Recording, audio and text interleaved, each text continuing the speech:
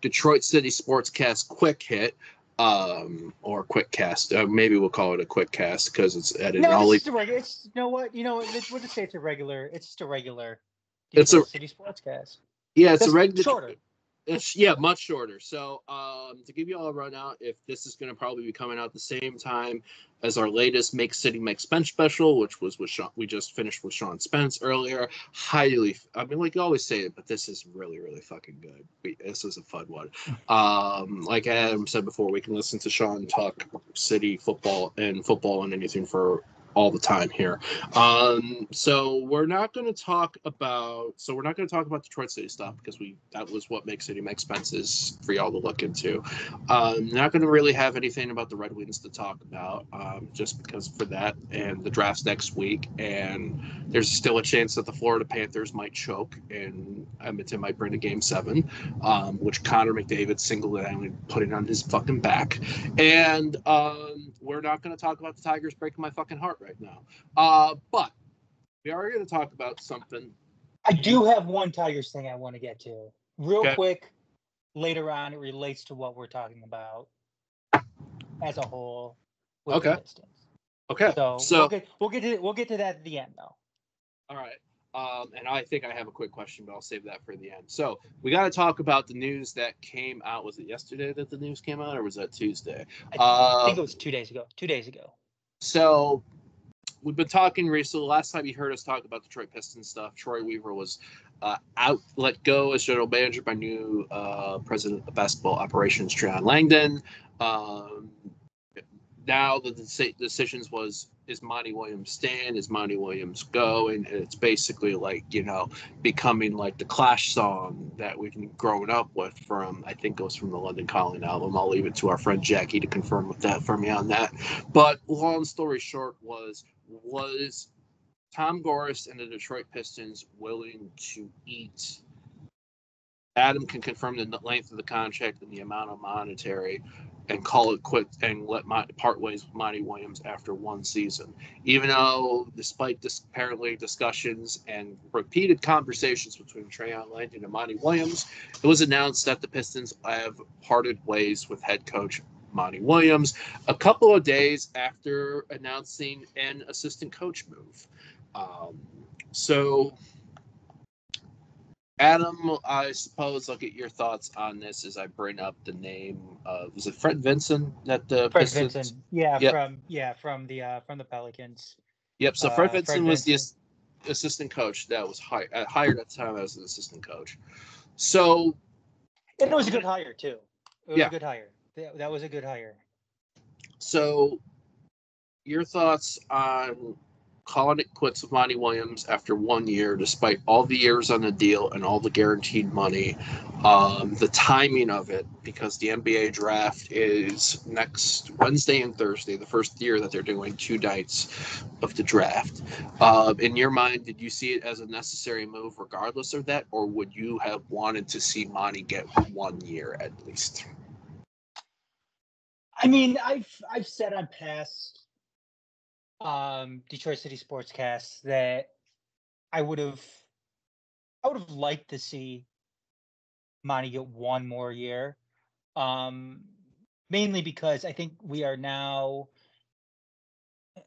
Gores is going to be hiring his 6th head coach since becoming owner, and there's something generally that you don't want to take a young core, specifically like Kate Cunningham, and start having and start having a revolving door when it comes to head coaches. However, when you look at the body of work that Monty Williams gave us this past season, it is certainly justifiable for this team to let Monty go. And it's not something that I'm losing sleep over. It's not something that I am scolding the organization over or necessarily saying it was a bad thing to do. I get it. I understand it. He went 14-68 last year. The Celtics in the postseason won more games than the Pistons did all year. I was not happy at Regan dropping that stat line in our chat. What's up, Regan? Congrats on your Celtics. It was broken down that Monty Williams, because what essentially happened here is there was $65 million plus left on the table, and 5 years left in his deal. Tom Gores wrote a check to make him go away. So how that breaks down is $78 million for 14 wins equals out to $5.6 million per win last season. So that's how much Monty Williams made last year per win. And especially when you make account that fact that we won 2 out of first 3 games and we did not win a game for 2 fucking months. Yeah, it started out, and that's the other thing is they went 28 game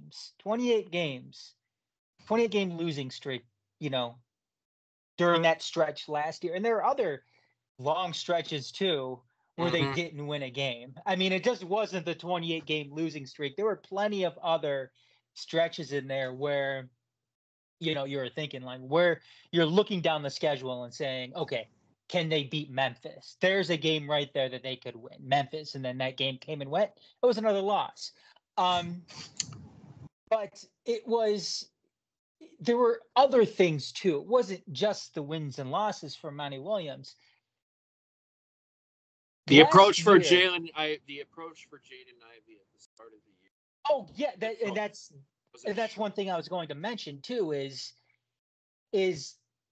there's a few different instances in here that completely justifies, aside from wins and losses. Eventually, this all adds up to wins and losses, but there are other things here where you look at and we're just like, okay, that just can't happen. First and foremost is Monty Williams was another one of those Gores hires that he wanted that necessarily maybe wasn't good for the team. Nope. Remember, it was Tom Gores who went out and wanted to get Blake Griffin when Blake Griffin wasn't a good fit for this team. The only reason why he wanted Blake Griffin is to sell tickets. But I've told you my stance on that trade. I think that trade of Blake Griffin coming to, I'm trying to think who else went, but Blake Griffin, and in return, we traded away Avery Bradley, Boban Marinovic, Tobias Harris. I talk about that as you might have heard me say, I rate that as that's an even more worse trade than AI for Chauncey 10 years prior to that, almost 10 years. Because it was just for tickets, and then when you look at the fact that you wanted to pair somebody with Andre Drummond, who you made the commitment to giving max money, then which also failed, that within 3 years of that trade for Blake Griffin, Andre Drummond was already been gone for a year, dealt in the 2020 trade deadline, and then Blake Griffin was gone playing at Brooklyn. And the thing with Andre Drummond too is Andre Drummond wasn't really a fit for the team as well. Andre Drummond was that old school type of center when the league was moving towards more of a hybrid. Yep. And they do what they always do. They never surround their, some of their specific system guys, some of their system talent with guys that are going to set them up to succeed. Right. I hear what you're saying about the Blake Griffin deal as compared to the Chauncey AI one, considering Chauncey should have probably been dealt the season before that. In the offseason, after you went to your last Eastern Conference final, and that because let Saunders go. Yeah, because at that point, you had Joe Dumars, trying to hold on too much to the old starting five and, trying to rework it on the go when it just wasn't there anymore. He had to, it was time for a rebuild, yet they still tried to keep on holding firm to these old standards, these old talents, and it just wasn't working anymore. But as far as Monty goes, he wasn't a fit here to begin with. Gores wanted him. he really didn't work with what Troy Weaver ultimately wanted to do here. Right. But when the owner wants a guy and is willing to shell out that kind of money for him, then okay. I mean, it was something that had to happen because Gores wanted it to happen. And Monty Williams is a good head coach too. He still is a good head coach.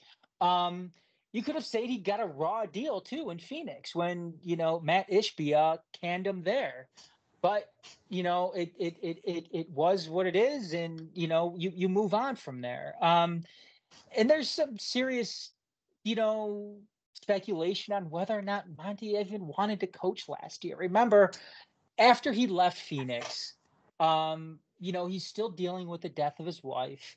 I don't know what was it, death or is cancer? I think his wife's had cancer. I think she's cancer, but she died. She passed away. Oh, shit.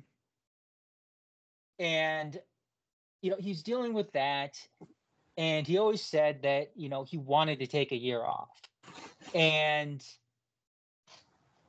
when you throw a bunch of money at him like that and you offer that contract, you kind of force his hand a little bit.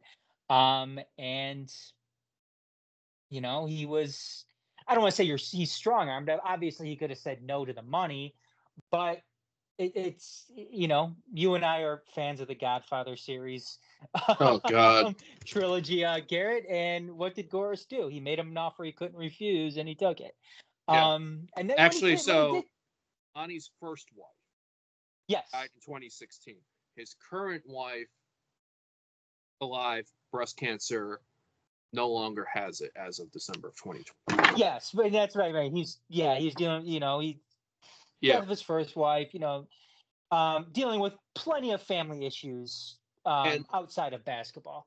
And I agree with you that money, the problem is Monty was pulled in by the money when he probably, he had every right as one, not just a head coach, but two, as a human being, to step back and, put all the time and the matters and the efforts on his current wife and family and to focus on that. And Tom Gores must have saw that, and that's why Tom Gores threw all the fucking money, of the more money than maybe the gross domestic. I think Dennis has said this before in one of our Tunnel Talks reference, threw more money than probably the gross domestic product of a small country outside in this world. And Monty felt like, shit, I gotta take this. But perhaps I do wonder what would have happened if we got a Monty Williams that wasn't dealing with that shit on the side. Would Monty have still done the same shit that he did? What would Jaden Ivey? Because another thing too, if he lost the dressing room, if you lose the dressing room after 1 year, it doesn't matter that Troy Weaver's gone. If you lose the dressing room and your dressing in 3 of your dressing room is what you want to build this team around for the next more than few years. You're hoping for the next 5 to 10 years, at least 1 or 2 of those 3 in Cunningham, Ivy, Duran. You want your guys. You need to be your guys happy, because if your guys aren't happy, it ain't gonna work on the court. It's gonna be more of this shit, and more people are gonna be turned away, not coming to the LCA, not spending money on tickets, not spending money on merch, not just consumers, corporate partners that are spending money on tickets. All of these type things. In the end of it really is business. And yeah, do I think it's a big waste of money? Absolutely. Yeah. But yeah, and I mean, I don't. I mean, when you're dealing with NBA teams in the NBA, I'm not going to care so much about corporate partners, because corporate partners are always going to be there. And the NBA has so much money, period, between what. Yeah, exactly. I mean, it's not like, obviously we're big Detroit City fans. If this was Detroit City talking about corporate partners, that's something completely different. Our team that has the least budget and all of it. Yeah. I mean, but again, when it came to Monty, yeah, he was coaching like he didn't want to coach this season. That's what it seemed like. He started he was starting. What's his face? What's his name? Fuck. Oh, our first round draft pick that's no longer here in Killian Hayes. Killian Hayes. Yeah, he was starting Killian Hayes over Jaden Ivey. He did that for roughly half the season until he admitted it seemingly, in the second half that he should have been starting Jaden Ivey all along. He would have these crazy, rotations where he would be playing guys that wouldn't be playing on any other team. James Wiseman, which is a Troy Weaver move also, but James Wiseman over Marvin Bagley. Yep. Which I don't know. You don't want to fault Monty Williams too much for bad acquisitions that Troy Weaver did, but in Monty Williams' case, you don't have to play those guys. You could still have a rotation that isn't as rotated as he made it out to be, especially given some of the talent that you didn't have.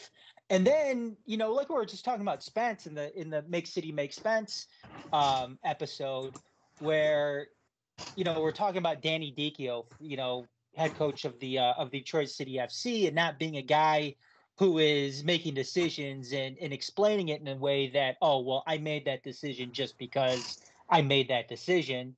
It seems like something that Monty Williams also did as well.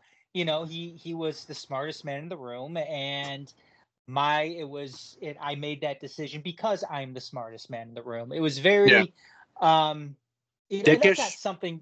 Yeah, it's not. That's not something that you want to see with your head coaches, especially if you're not winning games. If you're winning games, that's something completely different. When Bill Belichick would do shit like that when he was head coach of the Patriots during their big dynasty years, it was acceptable because he's Bill Belichick and they're fucking winning games and winning Super Bowls. And they were on the Cincinnati. Yeah, when you're in single digit wins, well into the season, shit like that isn't going to fly. So, it just when you go back and you look at it, it was again very, very justifiable for Tom Gores and Arn Tellem to make the move that they did. And not only that too, ultimately you want to give your new president of basketball operations a clean slate to have the opportunity to bring in his own guys. Now, Monty Williams said that he was blindsided by this move, and I kind of get that a little bit if what he is saying is true. One of Langdon's first moves was bringing in a coach, but it wasn't a head coach. It was an assistant coach in Fred Vinson, a guy who was going to help with perimeter shooting, which is something that this team desperately needs. So you're like, okay. And if you're Monty Williams, you're like, okay, that's fine. You're bringing in an assistant. Cool, whatever. According to Monty Williams, via Adrian Wojnarowski, he was having plenty of meetings with Langdon about, future moves, off-season moves, and he felt like his job was safe. And it certainly seemed like his job was safe based on some of the things that were happening, because he went and came in, fired Troy Weaver. You were figuring that when he fired Troy Weaver, if he was going to fire Monty Williams, it was going to be when he fired Troy Weaver as well. But that didn't happen. 3 weeks after, essentially. 3 weeks after the facts. Yep. Gores made the final call, wrote the check, had Langdon deliver it to Williams and say, thanks, here's your check. We're moving on. We're going a different direction. So I also don't want to hear that you're blindsided also when you're getting a check for that much money, or if it's going to be in installments. Man, you're getting paid. Well, I think he was blindsided in the sense that he figured that he was going to continue to be the coach based on meetings that he had That's fair. with the team. Not so much that he's, obviously, well, he signed a contract, so he's still gonna get paid. He's still gonna get, the rest of his deal, and he's gonna be set up very, very well. And he's probably going to get another coaching job in the NBA. I know Lakers fans were wanted him. Yeah, they were wanting him. Announced today, apparently for them, that it looks like it's going to be JJ Redick that's going to be taking the helmet with the Lakers. Yep. Lakers hired JJ Redick today, so he's going to be their head coach, which certainly seems almost like a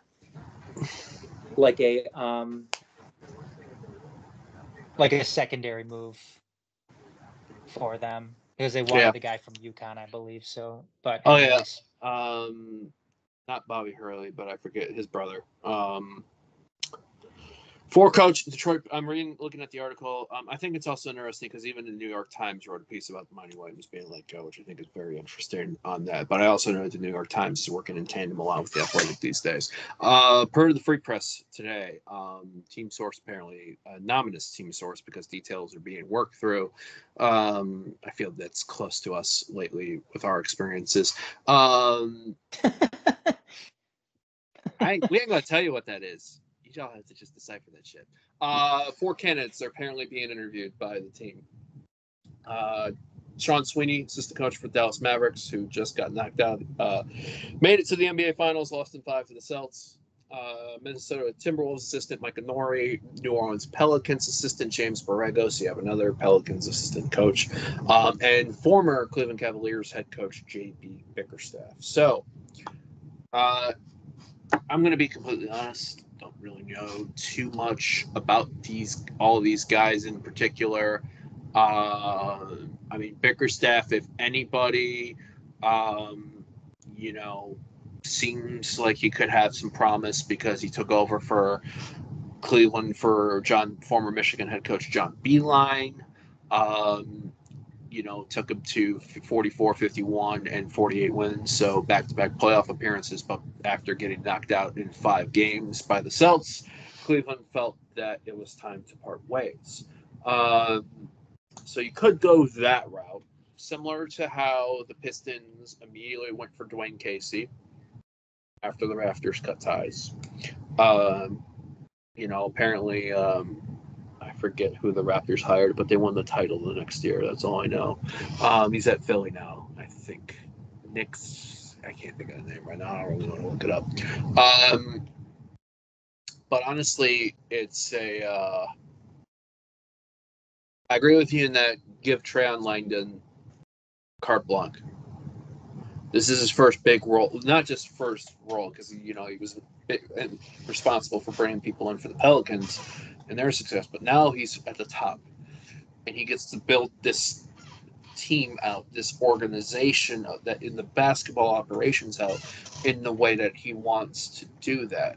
In order for make that your guy incredibly comfortable at doing that is allowing him to make these type of moves. Money ain't an object in this situation, if that makes sense. Yeah. I kind of hear you on the JB Bickerstaff thought,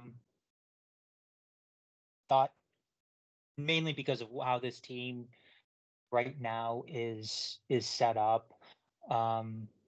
Most of their young talent consists of guys who are talented. Yeah. Obviously, you have a very you have talented guards. Mm-hmm. They do need some refining in Jaden Ivey and Cade Cunningham. Cade Cunningham is still that cornerstone piece. Right. But they also have guys too that you need to develop their perimeter shooting. And Bickerstaff is a guy that has kind of a history of doing that with Cleveland. Right. So Borrego might be another guy too, because not only does Langdon have the experience with him assistant coach at the Pelicans, Borrego has had some coaching experience in the NBA. His final season as head coach was with the Hornets. Led them to 43 wins in 21-22. And we've seen what the Hornets have become now when the Pistons are able to get 3 wins against them in a 14-win season. So apparently, go ahead. I was gonna say I think that could be something. Does he go that route because it's the most comfortable for him? I know this guy. I know what he can do. Yeah, and that's something that worries me a little bit with these new, hires when it comes to GMs or president of basketball operations is them bringing in guys just because they're comfortable with them. You want to hire Fred Vincent, that's fine. He's a guy that could come in and help, in an area that is desperately needed with shooting. But I don't want them to just bring in guys just because, I worked with them in New Orleans and they seem like good people and I want to see what they can do here. If that's the case, it'd be Bob Quinn and Matt Patricia all over. Yeah. I don't. Yeah, like again, exactly. No, it's a good point because one of the biggest mistakes the Lions ever made was trying to make them the Patriots of the NFC North.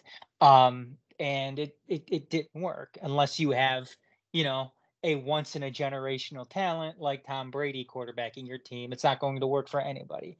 And we saw that after Tom Brady left. But yeah, I don't want them to bring in just Pelicans guys. I would like to see them, and I'm sure Langdon's going to do this. I'm not going to accuse him of doing that, of taking a good long look at these different candidates and, finding the right guy who is good for Cade Cunningham, who is good for Jaden Ivey, who is good for Jalen Duren, who is good for Oscar Thompson. That's what I want to find a guy. That's who I want my next head coach. Not a guy who is a name or who is a guy that, you worked with in New Orleans. I want a guy who fits with this team because we haven't had that guy yet. People I'm looking at right now that are free agents. Granted, I'm taking a look at the current roster from Wikipedia on here. Malachi Flynn, Simone Fontecchio, Evan Fournier, Taj Gibson, Shimizi Metu, Jared Roden, who's on a two-way, but also under here, Stanley Amude and James Wiseman are all free agents. So they can all go. All go. I mean, I maybe would like to keep Fontecchio and Fournier just because I think that's some good vet experience. Because I feel like we've really struggled with the second unit, but you need to build. You also have, not only do you have Cunningham, Duren, Ivy.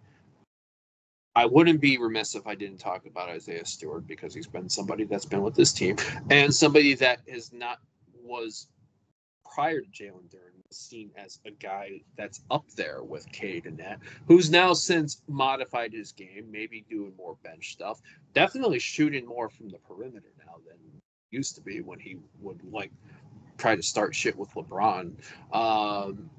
Also Thompson, who's a 6'6" guy and maybe has to develop his scoring game, but has already proven that he can be a great block shotsman for his eye and good defenseman. So do you do that? Do you keep working with Troy Brown Jr.? These are these type of things, but you need a guy. And I'm also wondering with Trayon Langdon, because we're now at that point in our age, Adam, where I'm recognizing guys that are now, for example, our president of basketball operations. And I remember them playing college ball at Duke. Yeah. So my point being, I am not a Duke basketball guy. When it comes to Carolina ball, I'm Carolina blue more than Duke blue when it comes to Tobacco Road. But I also recognize the type of people that wind up playing basketball under Mike Krzyzewski and how they kind of be. The Pistons had Grant Hill for many years. And then, unfortunate for him and lucky for us when Grant Hill left, we got the best out of him. And unfortunately, that was foot issues. But now you're seeing like anybody that's usually for the most part played under Mike Krzyzewski either have had a really, really good on the court NBA career, or they've been involved in the game many times post their playing days. Johnny Dawkins, JJ Redick now, Shane Battier, Elton Brand, obviously Christian Laettner to an extent, Grant Hill, Jason Tatum now for the Celts. So point being is I look at a guy that I don't think Mike Krzyzewski brings people on just to be good on the court, guys. It's how about being, the molding them off the court as much as on the court, if that makes sense. So I think in Langdon's sense, it's got that ability to think now. And I've looked and seen there's some things that I think in that Pelicans side, when you look at the talent that the Pelicans had and not having Zion Williamson fully healthy all the time, raw talent, incredibly raw talent, but he's had another Duke product. But, like your players, you built in good trades. You got in CJ McCollum, the UOD guy, and all these guys in there that developed and formed to go with like a Brandon Ingram and all these. So now he's done that as a GM. So now what are you going to do? Now what's he going to do as a PBO? Well, he's got a lot of money to work with. Yeah. He now has the opportunity to bring in his own head coach. He's got, again, people argue this based on results and based on him, being out a good number of games due to injury. He's got a cornerstone guy in Cade Cunningham. He's got a couple of young, good pieces in Jaden Ivey and Jalen Duren. I mean, he has an opportunity here to really get this turned around. I don't know why we keep on.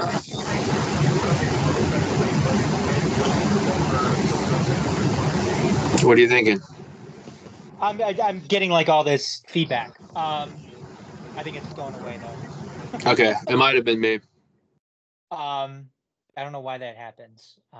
It must be Skype, but he's got a lot of opportunity here, and he's got an owner too, who is really willing to write these big checks, to make mistakes disappear. So in some sense, I mean, you can't say that Tom Gores is cheap if he's willing to write these types of checks. It's the opposite of Chris Ilitch. That's a good segue. That's a good segue here. Because what I did want to talk about real quick, because I know we're kind of up against it now. And I'm hurting about it. Yeah. Who's the worst owner in Detroit professional sports right now? Oh God. You're putting this you're making a poll online for this, right? I should, but it's Chris Ilitch, without a doubt. Yep. It's Chris Ilitch with the Tigers. Look, Tom Gores made a bold move, wrote a check over $65 million to tell Monty Williams, thanks, but no thanks. We're not talking about managing money here. We're talking about making the most of the team of the thin, because Chris Ilitch billion cheaper because he saw his late father put so much money in this, especially in the last 10, 15 years. And to be fair to look, the Red Wings are a completely different animal when it comes to the Ilitches. The Red Wings is the family jewel. It is the crown jewel of that family, next to the pizza empire. Whereas the Tigers was more a Mike Ilitch thing. Like Mike Ilitch was wanting to play baseball, but he was too small growing up. Too small. Yeah, and that was his like, I made this. This is what I want to. Yeah, and he got it. He got it as he got it because I like the Tigers. I want to buy the Tigers. Do I like them as much as the Red Wings? No. And in all fairness, too, when Mike Ilitch first took over the Tigers, he wasn't sinking a bunch of money into them. I mean, Mike Ilitch was the owner of those Tiger teams in the late '90s and early 2000s, where they were awful. Obviously, Let's stop for a moment. How did we win as many games back then? Let me name these off, because back in the 90s, like late 90s, because this is my formative years coming into baseball. You had like the Yankees, who didn't have the massive, like, spending a stupid amount of money like they started to do. But, you had like your Paul O'Neills, your Bernie Williams, Tino Martinez guys, and then you would have like, saying like Greg Vaughn, Tony Gwynn, gonna be San Diego's and all these players. We had Davy Cruz at shortstop at times. He was a good defensive guy. Going back, Travis Fryman near the end before he dumped him to Cleveland. Brad Ausmus in multiple stints before he became a manager for us and even pissed us off more. Robert Fisk, Juan Encarnacion. I mean, all these guys. And then our pitching, like Justin Thompson, Brian Mulder, fucking Jeff Weaver before he really got good. Todd Jones multiple times, like all these type of. I might forget Tony Clark. I mean, Tony Clark, who by the way is doing a pretty decent job at the running the Players Association, especially if they're going to get improvements to the uniforms after the fucking debacle to start this year off. But my point being is that too is, yeah, they started making a lot of moves. Even that 2006 team that went to the World Series. It wasn't a team that they built up really well. It was just they got a bunch of role players and then they all clicked together. Maglio was the jewel of that team. And again, it was a remarkable turnaround, because that 2006 run, that was again just 3 years after setting the AL record in 2003. But you look back and you see like some of the pieces they started to get in place. What was the first one that fell? It was Pudge. It was getting Pudge. It was getting Pudge Rodriguez. It was forking over a bunch of money to get him to come here from Florida after winning the World Series. After winning the World Series against the Cubs. Yankees. They knocked the Cubs out. Yankees. They beat the Cubs in the NLCS. And then after that, it was going and getting a legitimate manager in Jim Leyland. Maglio first, then Leyland. Yep, getting Maglio, then getting Leyland. And then you start to, build around those guys with other pieces. Gary Sheffield, them going out and getting Sean Casey, Carlos Guillen. You have a guy coming up in Curtis Granderson. Placido Polanco. Yeah, I mean, you fill it in with these guys. You had a young Justin Verlander coming up, and what do you do with him? You go out and you sign Kenny Rogers to kind of mentor him a little bit, and then Nate Thompson, who had a little bit of fire in him, and then that. You mean Nate Robertson? Yeah, Nate Robertson. I was kind of stuck with Justin Thompson. Yeah. But yeah, and then you kind of build your way out then, because then what was Todd Jones then shifted in a couple closers. Fernando Rodney then shifted to Jose Valverde. Then you find your pieces and roll into Curtis Granderson. Then led the way to Austin Jackson, and then V-Mart. I love. But again, you could kind of see how this ends up snowballing, and I mean, and of course, Miguel Cabrera. And Miguel Cabrera. Yeah, you go and you trade for, Dave Dombrowski goes and fleeces the Marlins and gets, one of arguably the greatest hitting, best pure hitter, arguably in our generation's, history. So, but at this point, though, and the whole point of this conversation is at this point, Mike Ilitch is willing to spend money. Mm-hmm. He's willing to spend money. There's no salary cap in baseball to get guys on this team. Chris Ilitch, the Ilitch family, they are a top 10. They're among the top 10 richest owners in Major League Baseball. Now go back and look at the payroll when it comes to the Tigers. Yeah. It is bottom of the league. Mm-hmm. Of the league. They have a good manager. I'm not saying anything bad about AJ Hinch. AJ Hinch is a good manager. He has good pitching staff. Chris Fetter is one of the best pitching coaches in Major League Baseball. And it goes to show with what they're able to do with this pitching staff now. And also Harrison Greenberg, who I think are good moves for building the rosters in there. But and obviously the best play-by-play guy in the fucking league. What is missing though here now? You have Javi Baez, who Illich is unwilling to write a check to make him go away, because the Javi Baez thing at this point, I don't want to call it an experiment, but the tenure with Javi Baez has gone on way too long at this point. It was a mistake. Did we choose him over Correa? Well, yeah, probably because he was going to be cheaper than Correa. When you had the money to begin with to go, look, I mean, again, when you're among the top 10 richest owners in this league, there should be no problem for you going out and still spending the money that you're spending to fulfill the rest of Miguel Cabrera's contract, and going out and making another investment into the future shortstop of this team. Yep. He didn't want to do that. And, he still doesn't want to do that. He still doesn't want to go write checks to bring guys in here to even get them up to, the upper half or the top half of spending in Major League Baseball. Because he's quoted as saying this year, not ready to spend the money yet.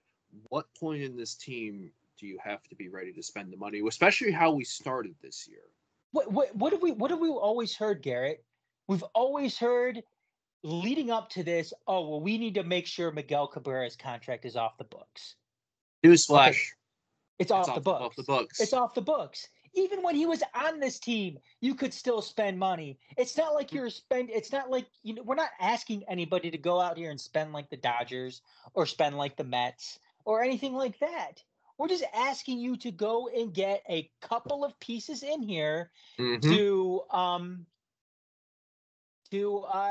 help offset some of the issues that we are having with this team, namely the offense. Because what happened the other night? I know we said we weren't going to talk about the Tigers, but this kind of all wraps into what we're doing with ownership. It's fucking therapy. Let's get. But what happened with Reese Olson the other night? There was another gem from Reese Olson, and what did we do? We fucking wasted it because we could not fucking hit again.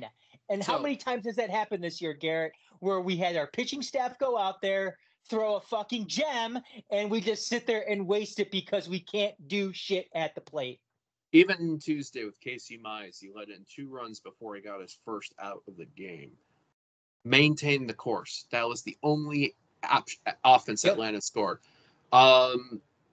We have lost 4 after a great series win in Texas, by the way. I don't care that the Rangers are 34-40 like us. They won the World Series. You go into Texas, and that's a fine series. You take 2 out of 3, but then you've lost your last 4 series. We have scored, and when I say people are like, if I were to say, we've scored 16 runs in our last 6 games, people are like, that's maybe good. Now let me name them off. 0 against the Astros, Skubal on the mound. 13. Go figure. We weren't fucking watching the game. We were at Keyworth for the doubleheader. 1 on Mother's Day. I was not dead tired from the doubleheader the fucking day before in church the morning of Father's Day. Not Mother's Day, Father's Day. Both Mother's Day and Father's Day were losses to the Astros. 2-1 loss to the Braves. 2-1 loss to the Braves. Our ace on the mound yesterday lit the fuck up. Now he didn't let in all 7 runs. Englert unfortunately got torched, but you know what? And you know what, Garrett? Shit like that's going to happen. Your ace isn't going to go out there and mow him down every single outing. So we are now 34-40. We're now 6.5 back of the wild card. Are we, one, calling it the season, and two, our guys that we wrapped down 1 year, so like Jack Flaherty and some other things, do we start getting ready to move them? Is there any justification right now to keep those guys 6 games out? Is there any reason to believe that this team is going to go and turn themselves around? We played the White Sox for 3 games, but okay, the White Sox are 20-56. The White Sox, I'm not saying this for manifesting, partially manifesting this shit. White Sox might lose 120 games this year. Legitimately, they might lose 120 games this year. And you know what could happen? Would it surprise you at all if the Tigers go into the next White Sox series and lose 2 of 3 this weekend?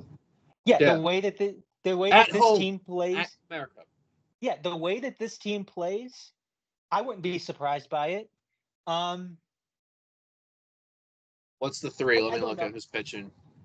I don't know. It's just this team is so frustrating, and they're frustrating from an ownership standpoint that they have pitchers that can go out there and fucking deal, and they are Flaherty tomorrow, Maeda Saturday. Yeah, a guy that can throw in Jack Flaherty, who's having a career year. Yeah. Granted, that might be a return for us, but yeah. And you know what? We're gonna sit there and we're gonna waste them for. We're gonna trade them to Philly.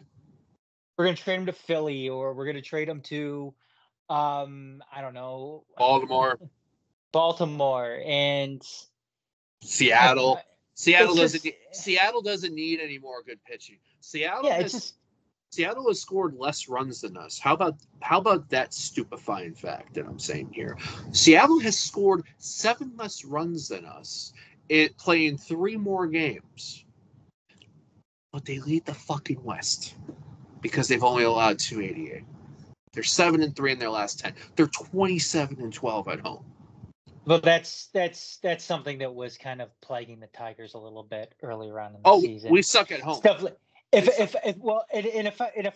I'm Seattle, I'm worried because shit like that isn't sustainable.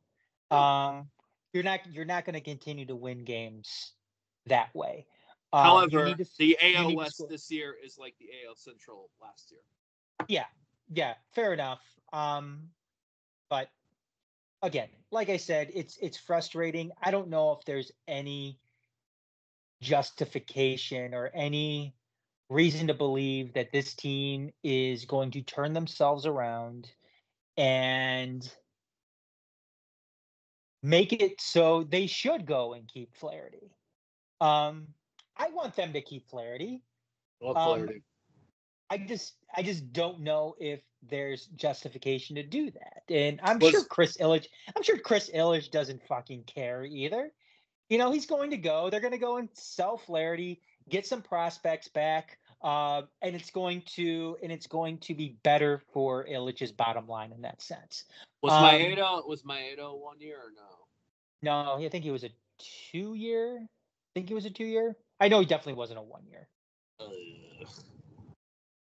There's potential. I feel for Kenta. I see glimpses, but it's not been consistent. I feel for Reese Olson because other than Reese Olson's like, hey, I got roughed up these last few starts. Had a great gem on Monday. I mean, I also think on 1 year Chafin, like Shelby Miller, like these. I mean, there are some pieces that can get some good value, and I think Scott Harris and Greenberg might be able to get a little bit more out of them than say whatever the fuck Al Avila used to do. But it's tough that it's become to that point because we had our hopes up, and going into May it was looking good, and then we were 18-13. And since then, we are 16-27. Yeah. So it's Chris needs to step up. He needs to be a Major League Baseball owner, or a guy, or sell the team. Yeah. Or sell the team. Because you know what, you can make great money right now selling that team. Yeah, this is he's not an owner in Miami. He's not an owner in Tampa Bay. He is an owner in a major baseball market. Detroit is a major market. It is Detroit sometimes has a battle between the Lions and the Tigers as to what it's more of a town of. Yeah, I mean, Detroit is a baseball town. It is a top 15 sports market. He needs to start being an owner that owns his team like it's a top 15 market. Right. And if he's not willing to do that, then sell the fucking team. Please, please, please. Yes, it is your team, Chris. It is your team. You inherited it from your dad. It is your team. But please, if you're not going to invest in your team, because there's a shit ton of fans in the area who are tired of seeing this team lose year after year after year, especially, and it's even worse when you have pieces already in place, when you have pitching already in place, when you have a manager already in place, yet you're not willing to spend the money to get it to that next level. So, I mean, it's just frustrating, because when you're dealing with an ownership issue like this, you sit there and you wonder if you're ever going to see light at the end of that tunnel. Welcome to my life as a Crystal Palace supporter for many times until Oliver Glasner joined this year. And it was like that. It was like that with the Lions. Yeah. And it's great you said that, because as much as the Lions have gotten to deserve it, same old Lions monkeyer, I counterpoint. You might have heard me argue this before. We might have talked about this in our conversations in the winter or whatever. As much as the same old Lions monkeyer is, the Tigers have been as bad, if not worse, consistently over a stretch of period. That the Lions have gotten the same old Lions monkeyer. And it's crazy. The team, the Lions, go from the worst ownership group in Detroit to the best ownership group in Detroit. Sheila is, when you look at right now, Sheila running it as ownership, Brad Holmes running it as a GM. Hold on. Sheila, Rod Wood, Brad, Dan Campbell. Dan Campbell. Yeah. I mean, a unified mindset, a focused mindset, a mindset that's got one thing in mind, and that is to fuck everyone else's shit up. And Rod Wood is surprising too, because he came from that old regime. But he's been given room to breathe.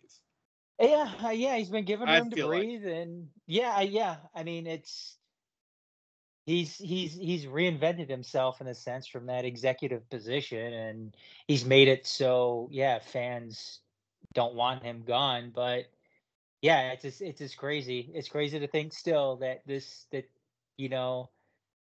Ford family are the best in this city when it comes to ownership groups. And I hate saying that just because you don't want to. We don't have a Lombardi here yet. We don't have. And I hate giving. I'm not going there yet. I hate giving billionaires kudos like that, but whatever. It's sports. Plus, some people might have heard my jokes that I've heard about when it comes to vehicles. I'm not just saying this because, my grandfather worked for Chrysler, but I've often heard the run-ins of what FORD actually stands for. You've heard the reference. Have you? Fix and repair daily. Yeah, I've heard it before. It's great when you hear it when you're doing a teardown at then Como, now Huntington. I have a grandfather who was a vice president for Ford, so I have to like Ford. So you live in Ford. As somebody who lived at 1.5 minutes from you a decade plus back, you live in Ford country essentially, in that part of Metro Detroit, in there. So I call anything like west of Detroit, when you start anything Metro West Side, you're in Ford country, bro. So So before we end the show tonight, and yeah, again, point being, spend some fucking money, Chris. Do what Gores did. Put any ego aside.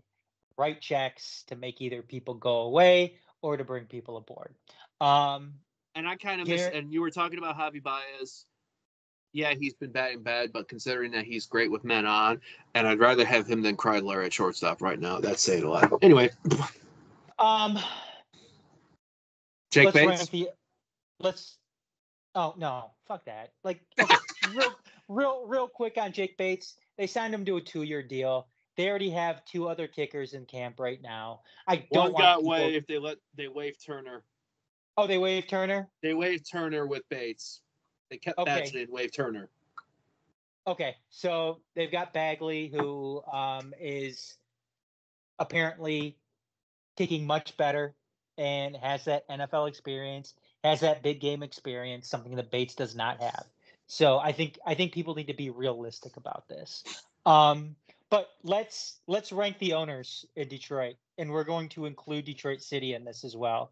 Oh God, do I have to compliment them? Even though we love them, but at the same time, you don't have to compliment them, because if there's anybody who might be listening to this episode, it might be Detroit City owners. So, we'll have at least 1 or 2 of them potentially talk to us in like 2 days, in like less than 48 hours. So okay, amongst the top 5 professional teams in Detroit, you've got the Lions, you've got the Pistons, you've got Detroit City FC. And you've got the Lions the Tigers and the Red Wings, who are the same ownership group. But you can rank them differently, because it seems like there's a different approach when it comes to the Tigers and the Red Wings with the Ilitch family. So starting from the top, go ahead and rank them 1 to 5, best to worst. I mean, granted, we are the most personally. We have obviously, might be slightly biased in our connections on here, and as much as we joke about them, they also are fortunate because we get to do the shit such as this and be ourselves. And Covid's being on the 10, yeah, parts of the ownership, on there. That's one for me. No. Current, huh? So you broke up there. Say it again. I'm going city ownership, Detroit City ownership tops. Oh, you fucking wuss. No, I mean, fucking wuss. I was saying. Oh my God. Point being, well, no, I'm saying that from the biased perspective, but when I'm looking at it right now, from the biased perspective, unbiased perspective. If we're going unbiased, then Sheila tops right now. Okay. Of how quick, if we're going unbiased, the turnaround of Sheila from Thanksgiving 2020 to this point right now, how quick it was getting the pieces in place with Brad Holmes, Dan Campbell. And was I skeptical of some of these hires? Yes, just because we've been through all of it before. We've heard everything. Sheila's tops right now. It's tough for me to be like, yeah, Ford, woo, but I'm feeling good about this. Last year was great. This year's going to be even fucking better. Let me ask you this. Are we splitting up the one that owns the Tigers and the Red Wings to how they're on? Okay. Yes, you're splitting them up. The Red Wing portion of the Ilitch is second.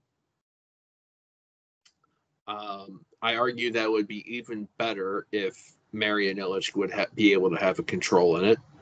But unfortunately, due to her role in holdings, I believe it's because Marian Ilitch has a hand in the casino business. Therefore, she's not able to take ownership on the paper ownership.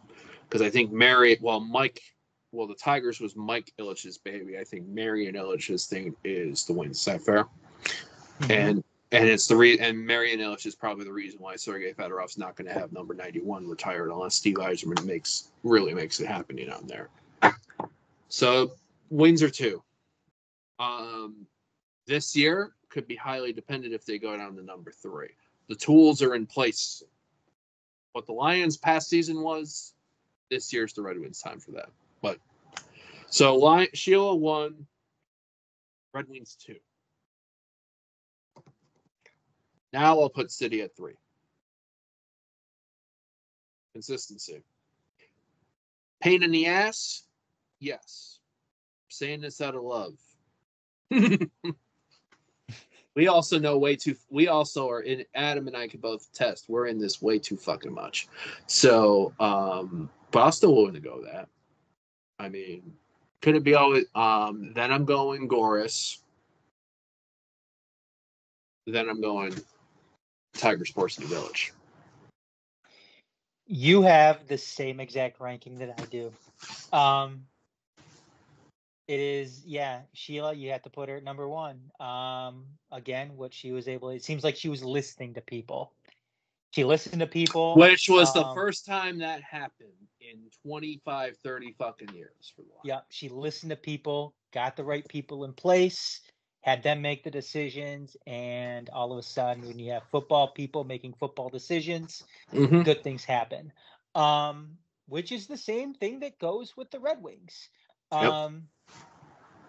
Chris Ilitch has Yzerman in place, and he's letting Yzerman do what Yzerman needs to do to get this team turned around after a horrendous almost final decade of the Ken Holland era with Detroit.